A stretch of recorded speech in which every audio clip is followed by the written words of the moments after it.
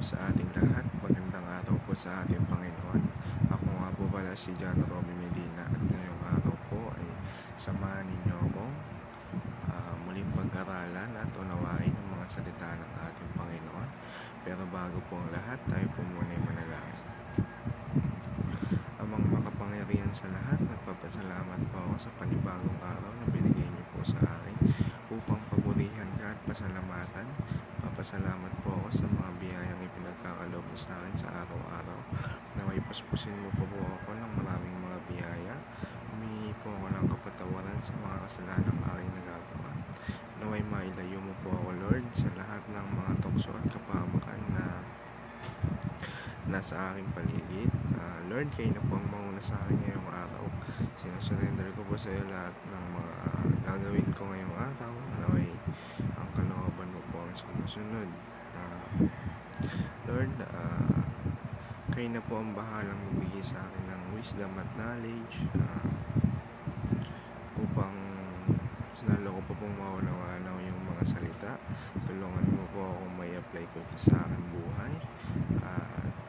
Ito po ang aking samot-samang panalangin. Nagdadalangin ko po ito sa makapangyarihang pangalan ni Jesus. Amen. At muli, magandang araw po sa ating lahat. Ang topic po natin ngayon ay ang planning, break goals into steps, at ang bersikulong ating pagkaaralan ay ang Proverbs chapter 6 verse 6 to 8.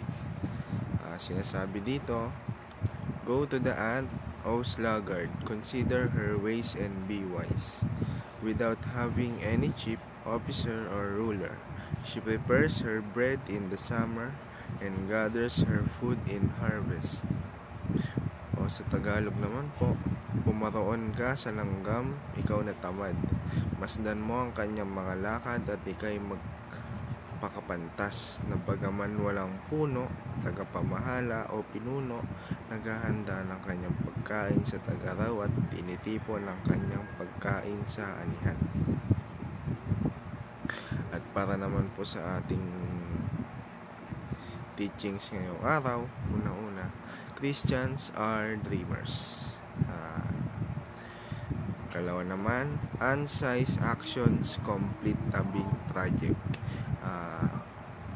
Sinasabi dito na ang Christians ay mahilig mangarap. Sa ikalawa naman, unsize actions complete a big project. Huwag po nating mamaliitin yung action ng iba o yung action natin, maski maliit lang ito. Dahil sa isang halimbawa na lang po, sa isang kumpanya, hindi aandar ang isang kumpanya kung walang mga empleyado. Kaya wag po nating maliitin ang mga simpleng tao, dahil napaka-importante niyan sa isang organisasyon o kumpanya. Gaya nga nung sa Panginoon, yung mga maliliit nating ginagawa, yung simpleng pagtulong, yun yung mga bagay na nakakapagpalugod sa Panginoon. Ang Panginoon di yan tumitingin kung malaki o maliit ang nagawa ng ibang isang tao.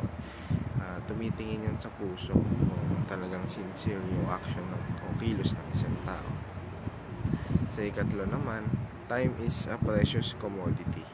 Yun nga, gaya nga sa kasabihan na time is gold, napakalaga talaga ng oras. Bawat minuto, bawat segundo, bawat oras ay napakalaga.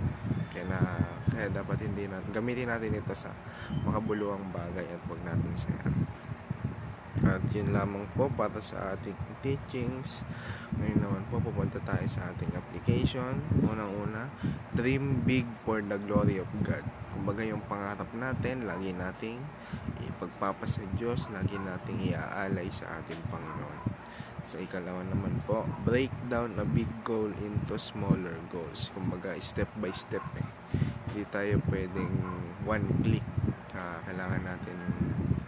Kailangan natin dumaan sa proseso. At ang huli naman po, set a deadline and stick to it. Magkaroon tayo ng deadline, or kumbaga in the span of, halimbawa, kailangan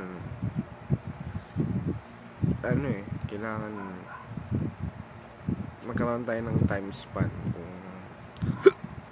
kung kailan natin matatapos yung isang bagay, dahil yun nga, napakahalaga ng oras. Yung mga bagay na pwede naman natin ngayon, huwag na natin ito pabukas. At yun lamang po, naway may natutunan kayo sa ating munting daily devotion. At yun lamang po, maraming salamat po.